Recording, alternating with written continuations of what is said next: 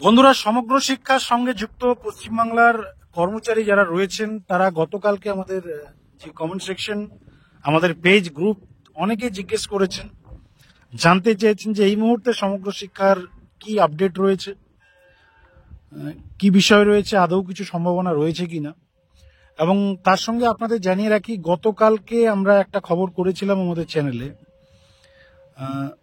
আবারও বেতন বৃদ্ধি করেছে রাজ্য সরকার এই ট্যাগলাইনে। আপনারা জানেন, অনেকেই হয়তো জানেন না, গতকালকেও একটা ঘোষণা হয়েছে এবং কন্টিনিউ নবান্ন থেকে বিভিন্ন সেক্টরের চুপিসারে বলতে ঘটা করে কিন্তু ঘোষণা হচ্ছে না, জিও বার হয়ে যাচ্ছে। তার মধ্যেও খবরাখবর আসছে, হাইলাইট হয়ে যাচ্ছে বিষয়গুলো। আপনারা জানেন, ডাক্তারদের যে বেতন বৃদ্ধি সেটা মুখ্যমন্ত্রী নিজে করেছিলেন, নিজে ঘোষণা করেছিলেন। তারপর আপনারা জানেন, যারা কন্ট্রাকচুয়াল ড্রাইভার যারা, তাদের ঘোষণাটা মুখ্যমন্ত্রী করেননি, ডাইরেক্ট জিও প্রকাশ হয়। প্রতাপ নায়ক মহাশয়, তৃণমূল নেতৃত্ব, তিনি এই বিষয় নিয়ে স্টেটমেন্ট দিয়েছিলেন। কারণ ফেডারেশনের সঙ্গে যারা যারা যে সকল সেক্টরগুলো যুক্ত রয়েছে, টিএমসি যে ফেডারেশন তৈরি হয়েছে নতুন নতুন বলতে চলছে আর কি, বেশ কিছু সেক্টর তাদের সঙ্গে যুক্ত হয়েছে এবং সেই সমস্ত সেক্টরগুলো আমরা দেখছি খুব কুইকলি এবং খুব ইজিলি আপনার দাবি আদায় করছে পশ্চিমবাংলায়। যেমন আমরা দেখলাম গত বছর আইসিটি কম্পিউটার টিচার, আমরা এই কন্ট্রাকচুয়াল ড্রাইভারদেরও যদি কথা বলি, তারাও তাদের সাথে যুক্ত ছিল। দীর্ঘদিন ধরে চেষ্টা করা হচ্ছিল ফেডারেশনের মারফত, প্রতাপ নায়ক মহাশয় এই বিষয়গুলো হ্যান্ডেল করছিলেন। এছাড়াও আপনার কর্মবন্ধু যারা রয়েছেন, যারা প্রাণী বন্ধু, আপনারা জানেন তাদেরও ভাতা বৃদ্ধি হয়েছে। গতকালকেও রাজ্যের মুখ্যমন্ত্রী ঘোষণা করেছেন প্রাণী বন্ধুদের 500 টাকা বাড়ানো হয়েছে, 5,000 টাকা করে তারা বেতন 500 বাড়ানো হয়েছে, অর্থাৎ 5,500। তো একইভাবে বিভিন্ন ডিপার্টমেন্টের কিন্তু ঘোষণা এভরি ডে প্রায় হচ্ছে আর কি। এবং আশা করা যেতেই পারে যে সমস্ত সংগঠনগুলোর, যে সমস্ত সেক্টরগুলোর 1/1/2025 থেকে রাজ্য সরকার অলরেডি ডিসাইড করে রেখেছে, তাদের হয়তো ঘোষণা এপ্রিলের আগেই হয়তো হয়ে যাবে। দেখুন, আমরা আমাদের চ্যানেলে আজকে নয়, প্রায় 2 মাস আগে, বাজেটেরও আগে আমরা বলেছিলাম যে 2026 বিধানসভা ভোট রয়েছে, ভোটকে কেন্দ্র করে প্রতি বছরই ঘোষণা হয় রাজ্যে, এবং শুধু পশ্চিমবাংলা নয়, দেশের সমস্ত রাজ্যেই ভোটের আগে রাজ্য সরকার কিছু ঘোষণা করে, কল্পতরু হয়ে যায় অটোমেটিকলি। কারণ দেখুন, ভোট বড় বলা এই নিয়ে সন্দেহ নেই, এবং এটা রেগুলার প্রসেসেই আপনারা ধরে রাখতে পারেন। তার কারণ রাজ্য সরকার নিজের যে ডিপার্টমেন্টগুলো আছে, যেমন রেগুলার কর্মচারীদের আপনারা জানেন ডিএ 4% ঘোষণা হয়ে গেছে। ভোটের আগে হয়তো আরো 2-4%, অর্থাৎ নেক্সট ইয়ার 2026 জানুয়ারি থেকে হয়তো আরো 2-4%, 5%, 10% আশা করা যেতেই পারে রাজ্য সরকারি কর্মচারী যারা রয়েছেন তাদের ক্ষেত্রে।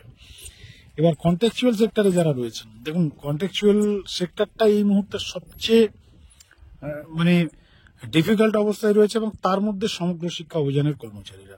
আপনারা জানেন, সমগ্র শিক্ষাটা টোটালি এডুকেশন ডিপার্টমেন্টের একটা সেক্টর, রাজ্যের শিক্ষা ব্যবস্থার সঙ্গে ওতপ্রোতভাবে জড়িত আছে এবং গ্রাসরুট লেভেলের কাজ এরা করে থাকে। বিভিন্ন ধরনের রাজ্যের শিক্ষা ব্যবস্থা, এমনিতেই আপনারা জানেন যে রাজ্যের শিক্ষা ব্যবস্থা প্রায় ভেঙে চুরমার, কিছু নেই। শিক্ষা বলতে পশ্চিমবাংলায় যা দেখতে পাচ্ছি আমরা, আপনারাও আশা করি একমত হবেন, শিক্ষার অবস্থা অত্যন্ত খারাপ জায়গায় চলে গেছে পশ্চিমবাংলায়। তার কারণ সাফিসিয়েন্ট টিচার নেই। হাই স্কুলগুলো ধুঁকছে। আপনার যে প্রাইমারি বিদ্যালয় যদি আমরা কথা বলি, আপারের কথা বলি, এইচএস লেভেলে যদি আমরা যাই, আপনারা যদি সার্ভে করেন, বর্তমান যা রেশিও 30:1, সেই রেশিও কিন্তু বর্তমানে পশ্চিমবাংলার কোনো স্কুলে নেই। তারপর ট্রান্সফারের যে পরিষেবা রাজ্য সরকারের পক্ষ থেকে দেওয়া হয়েছিল, সেই ট্রান্সফার পরিষেবা শুরু হওয়ার পর আপনারা দেখেছেন সেখানেও কারাপশন, সেখানেও টাকার বিনিময়ে সকলেই শহরমুখী হয়েছে। বিশেষ করে গ্রামাঞ্চলের যে স্কুলগুলো, সেই স্কুলে কোনো শিক্ষক থাকতে চাইছে না, সকলেই শহরমুখী হয়েছে। যার যেখানে সদর শহর পেয়েছে, সে সেখানেই সুবিধা মতো ট্রান্সফার নিয়ে নিয়েছে। তো যার ফলে গ্রামাঞ্চল বা গ্রাসরুট লেভেলের ছাত্রছাত্রীরা বলুন, স্কুল বলুন, অবস্থা অত্যন্ত নাজেহাল। এবং তার সঙ্গে পড়ানোর যে মানসিকতা, সবচেয়ে যেটা ইম্পর্টেন্ট বিষয়, মানে শিক্ষা ব্যবস্থা ভেঙে যাওয়ার এটা সবচেয়ে ইম্পর্টেন্ট কারণ, সেটা হচ্ছে পড়ানোর মানসিকতাও পশ্চিমবাংলায় এই মুহূর্তে শিক্ষকদের 1%ও নেই। আর এই পড়ানোর মানসিকতা না থাকার কারণ একটাই, সেটা হচ্ছে দেখুন, সাফিসিয়েন্ট যদি আপনি পারিশ্রমিক না পান, স্কুলে গিয়েও যদি আপনাকে আপনার সংসার, আপনার ফ্যামিলি, আপনার বাচ্চা, আপনার অসুস্থ মা বাবার কথা যদি মনে পড়ে, কিভাবে তাদের মেনটেন করবো, কিভাবে সংসার চালাবো, কিভাবে ডাক্তার দেখাবো, নেক্সট ডে বাজেট কি হবে আমার পরিবার মানে বাড়ির, এই টেনশনটা যদি আপনার স্কুলে গিয়েও থেকে যায়, তাহলে আপনি কখনোই আপনার 100% যে মানে পড়ানোর যে একটা মানসিকতা, সেটা আপনি দিতে পারবেন না স্কুলে গিয়ে। তো যার ফলস্বরূপ সকলের সেম সিচুয়েশন। তার মধ্যে ধরুন কন্ট্রাকচুয়ালদের অবস্থা অত্যন্ত নাজেহাল। যারা সরকারি রেগুলার টিচার, যারা অলরেডি প্রাথমিকে ধরুন আজকের ডেটে জয়েনিং এ প্রায় 35,000 প্লাস, হাই স্কুলগুলোর যদি আমরা কথা বলি, সেখানেও ধরুন প্রায় 50-60 প্লাস রয়েছে। তো এই বেতনেও তারা ডিএ পাচ্ছে না, অন্যান্য রাজ্যের তুলনায় কম ডিএ পাচ্ছে। এই নিয়ে তারাও মানে আজকের যা দ্রব্য মূল্যের বাজার, তারাই ঠিকঠাকভাবে টানতে পারছে না। মাসের শেষ দিকে যদি আমরা কথা বলি, আজকে রেগুলার টিচারদের এতটাই দুরূহ অবস্থা, তারা মাসের 20 তারিখের পর তাদেরকে আর খুঁজে পাওয়া যায় না। রাস্তায় ঘাটে কোথাও চা খাওয়ার মতো টাকা থাকে না তাদের, মানে ধারে ঋণে তারাও গ্রস্ত।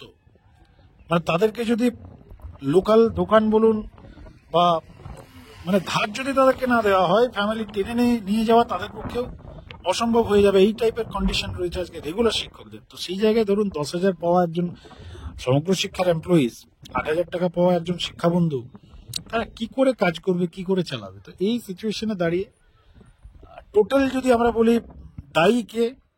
বর্তমান রাজ্য সরকার, কোনো সন্দেহ নেই। এবং তার সঙ্গে আমরা আগের যে আমাদের সরকার ছিল লেফট, তারাও সমানভাবে দায়ী, কারণ কিছু করে যায়নি।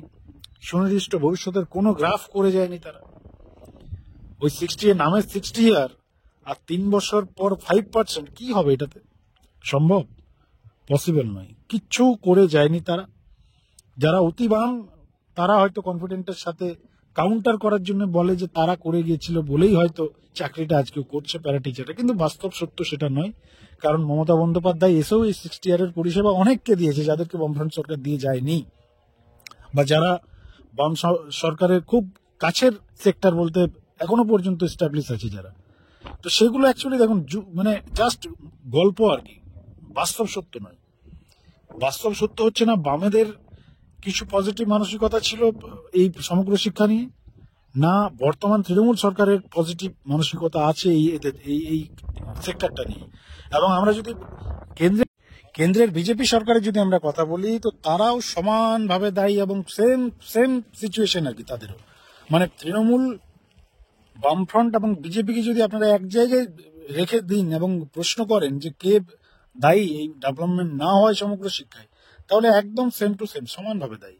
বিজেপি 2014 থেকে আজ 25 পর্যন্ত, এতদিন পর্যন্ত on the way still now ক্ষমতায় আছে। তারা চাইলে, রাজ্য সরকার না চাইলেও যদি তারা চাইতো, যেহেতু সমগ্র শিক্ষা আপনারা জানেন যে কেন্দ্র রাজ্য যৌথভাবে ফান্ডিং হয়, জয়েন্ট প্রজেক্ট, কেন্দ্র চাইলে অনেক কিছুই করতে পারে। আজকে তাদের লোকসভা বলুন, রাজ্যসভা বলুন, সংখ্যাগরিষ্ঠতা রয়েছে, যে কোনো সময় তারা আইন পাস করতেই পারে, আইন নিয়ে আসতে পারে যে আমার দেশের সমগ্র শিক্ষার সমস্ত এমপ্লয়িজ যারা এই প্রজেক্টের আন্ডারে কাজ করছে তাদের জন্য এই আইন আনা হলো। এবং এভরি রাজ্য মোটামুটি একটা যদি পার্সেন্টেজ তারা করে দিত, যে এমপ্লয়িজদের জন্য মোটামুটি মিনিমাম দৈনিক মজুরিও যদি তারা একটা আইন বের করতো যে এটা দিতেই হবে এভরি রাজ্যকে, ম্যান্ডেটরি যদি করা হতো, তাহলে আশা করা যায় যে এই যে বৈষম্য আপনার রাজ্য ওয়াইজ, কোন রাজ্যে 42,000, দিল্লিতে 42,000, পশ্চিমবাংলায় 10,000, এই বৈষম্যটা হয়তো থাকতো না। একটা সুন্দর আইন আনা যেতেই পারতো যে সর্বনিম্ন স্যালারি এই প্রজেক্টের আন্ডারে যারা কর্মচারী রয়েছেন তাদেরকে এটা দিতেই হবে।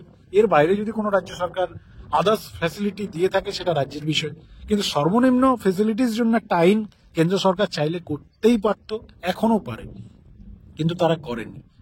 দাবিপত্র 1000 বার তাদেরকে কাছেও দেওয়া হয়েছে, সমস্ত কিছু জানে। এবার আপনারা জানেন রাজ্যের শিক্ষা প্রতিমন্ত্রী ছিলেন এই সুভাষ সরকার, বিজেপির, পশ্চিমবাংলায় কিছু করেনি। বর্তমানে সুকান্ত যে রয়েছেন বিজেপির সভাপতি বর্তমানে, তিনি এখন প্রতিমন্ত্রী আছে আমাদের পশ্চিমবাংলার, কিছুই করেনি। তো এই সিচুয়েশনে দাঁড়িয়ে আমরা যদি কংগ্রেসের কথা বলি, তারাও 2014 পর্যন্ত ধরুন সেন্ট্রালে ক্ষমতায় ছিল, 14 পর্যন্ত তাদের ক্ষমতা ছিল। মমতা বন্দ্যোপাধ্যায় 11 এসছে, বামফ্রন্ট তার আগে ছিল, চাইলে তারাও কিছু করে যেতে পারতো, কিন্তু তারাও কিছু করেনি। অর্থাৎ এভরি রাজনৈতিক দল সমানভাবে দায়ী। কেউ এই সেক্টর, এই শিক্ষক, এই কর্মচারী, এই এমপ্লয়িজদের জন্য কিছুই করেনি এবং প্রত্যেকে সমানভাবে দায়ী। তাই যারা এই সেক্টরের দাবি নিয়ে যারা রাজনীতি করে বন্ধুরা, যারা রাস্তায় নামে, ইভেন কালকেও যারা এই ব্রাত্য বসুর যে ঘটনা যাদবপুরে, সেটা নিয়ে তৃণমূলের যে শাসকপন্থী সংগঠন রাস্তায় নেমেছিল এই চাপলুসি করে বা এই মানে এটা দেখিয়ে যে দেখুন আমরা সরকারের পাশে আছি, এই পাশে আছি মনোভাব নিয়ে যদি আশা করেন আপনারা যে কিছু করবে সরকার, ইম্পসিবল, কোনোদিনই সম্ভব নয়। চাটুকারিতায় কোনো রাজ্যে দাবি আদায় হয়নি সমগ্র শিক্ষার, কোনো রাজ্যে দাবি আদায় হয়নি। এবার দেখার বিষয়, ভোট আছে, আশা সকলের মধ্যে আছে যে কিছু একটা হবে, তার সঙ্গে আবার পজিটিভ আলোচনা চলছে, এই গল্প তো আছেই। এখনো পর্যন্ত আমাদের কাছে যা রিপোর্টিং, তাতে সমগ্র শিক্ষা এখনো পর্যন্ত কিছুই হয়নি, জিরোতেই আছে বন্ধুরা।